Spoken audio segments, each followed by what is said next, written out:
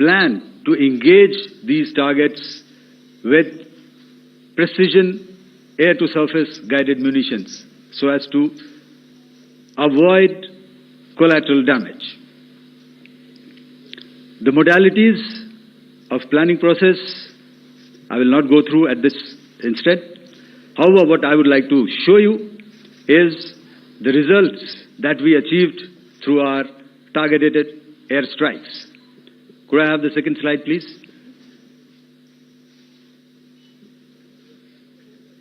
Yeah, change, please.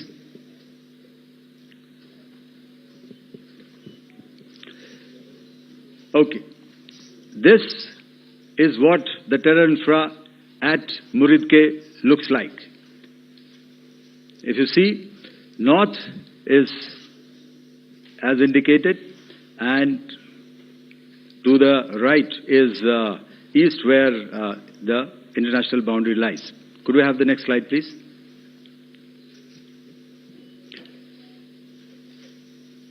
Orientating. Oh, just go back to one slide. Okay. Please have a look at this red building, the series of buildings out here,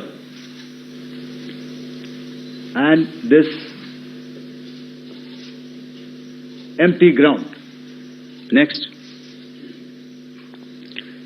If you relate, the empty ground is here, and you see this is the first weapon that is impacting. This is the impact point number 1 on Muridke training camp with our precision guided weapons on early morning 7th.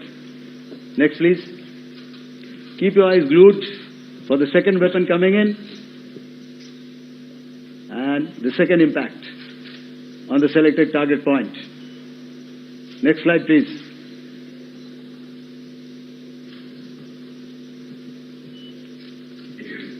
Third weapon, third impact. Continue. And fourth weapon, fourth impact.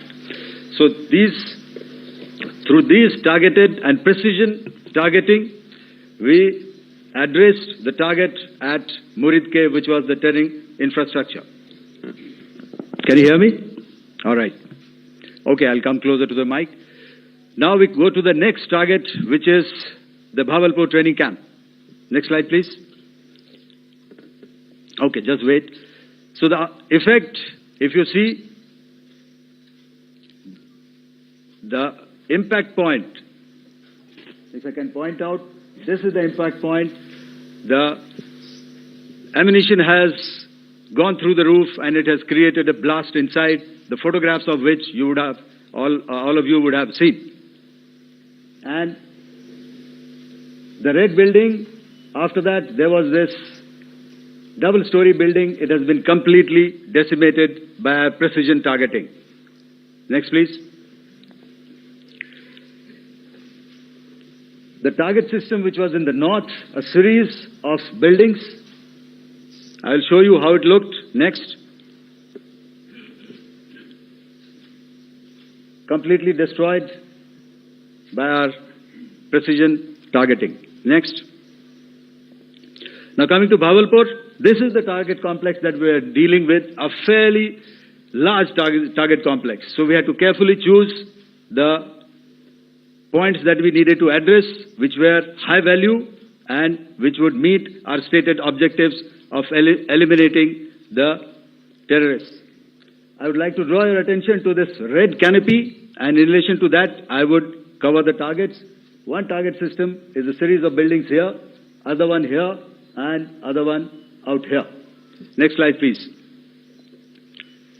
This is how it looked before, and this is how the building looked after the impact of the weapon. And orientation in relation to this red canopy, you can see here.